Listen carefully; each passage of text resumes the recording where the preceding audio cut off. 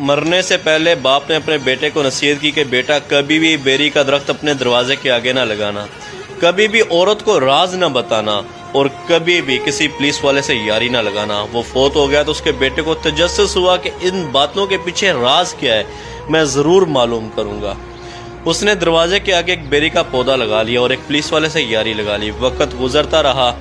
وہ پودا درخت میں تبدیل ہو گیا اور پولیس والے سے یاری بھی اس کی گہری ہو گئی۔ ایک دن وہ ڈیرے پہ گیا، اس نے وہاں بکرا ذبح کیا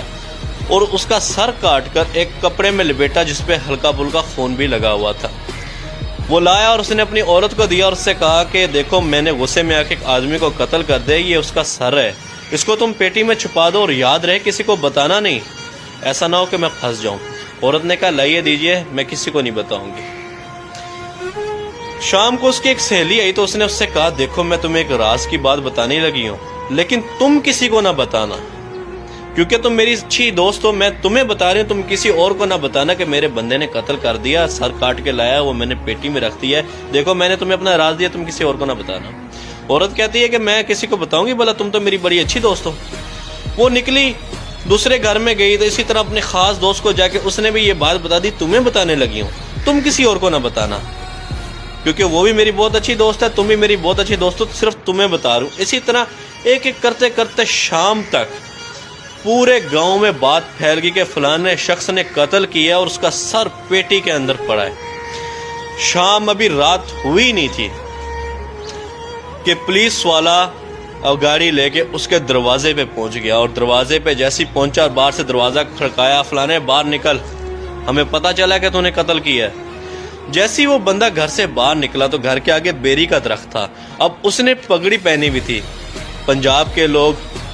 دیہاتوں کے لوگ آج بھی جانتے کہ پگڑی کی کیا عزت ہوتی ہے۔ جیسی وہ دروازے سے باہر نکلا تو ہوا کا جھونکا آیا اور بیری کی ٹہنی نیچے سے جو گزری اس کی پگڑی کو کانٹے لگے اور پگڑی ساروں کے سامنے نیچے گر گئی، یعنی کہ ساروں کے سامنے اس کی پگڑی نیچے گر گئی، اس کی عزت خراب ہوگی۔ اور جیسی وہ باہر نکلا تو پولیس والا جو اس کا دوست بنا ہوا تھا اس نے اس کو گردبان سے پکڑ لیا، اس نے بولا تو نے قتل کیا، بتا کہ اس کا سر کہاں ہے۔ اس نے کہا کہ سب ٹھنڈے ہو جاؤ، میں تمہیں پوری بات بتاؤں گا، سب کچھ دکھاؤں گا بھی صحیح، لیکن 2 منٹ صبر کرو، میری بات سن لو۔ لوگوں نے کہا بھائی سناؤ کیا بات ہے، ایک تم قتل کر کے آئے ہو، ابھی ہمیں کہہ رہے تم بات بھی سناؤ گے۔ اس نے کہا بھائی دیکھو میرے باپ نے مرنے سے پہلے مجھے نصیحت کی تھی بیٹا کبھی اپنے دروازے کے آگے بیری نہ لگانا،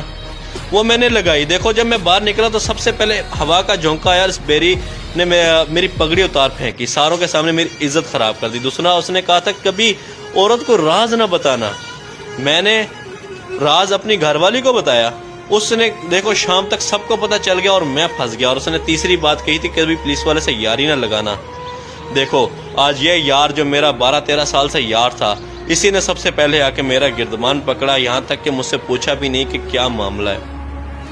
پھر وہ گیا اندر سے، اس نے پیٹی کھولی اور جا کے وہ بکرے کی سری لے کے آیا اور اس نے دکھائی کہ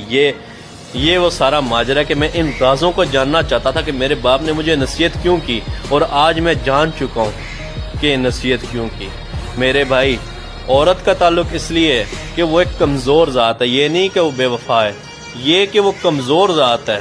اس کے دل میں زیادہ بات مضبوط رہتی نہیں، وہ ہلکی سی کسی کے ساتھ کرتی ہے، وہ کسی کے ساتھ کرتی ہے اور بات پھیل جاتی ہے۔ پولیس والے سے یاری اس لیے نہیں تو وہ بے وفا ہوتے ہیں، ان کا عہد ہی ایسا ہوتا ہے کہ وہ اگر اپنے فرض، حقیقت بھی ایسی ہے، اگر وہ اپنے فرض سے کوتاہی کرنے لگ جائیں تو ان کے اپنے ہی لوگ برے بن جائیں، وہ ان کے اپنے ہی لوگ قاتل بن جائیں۔ ان سے حلف لیا جاتا ہے کہ آپ کا اگر باپ بھی غدار ہو، تو اگر آپ کا باپ بھی مجرم ہو تو آپ اس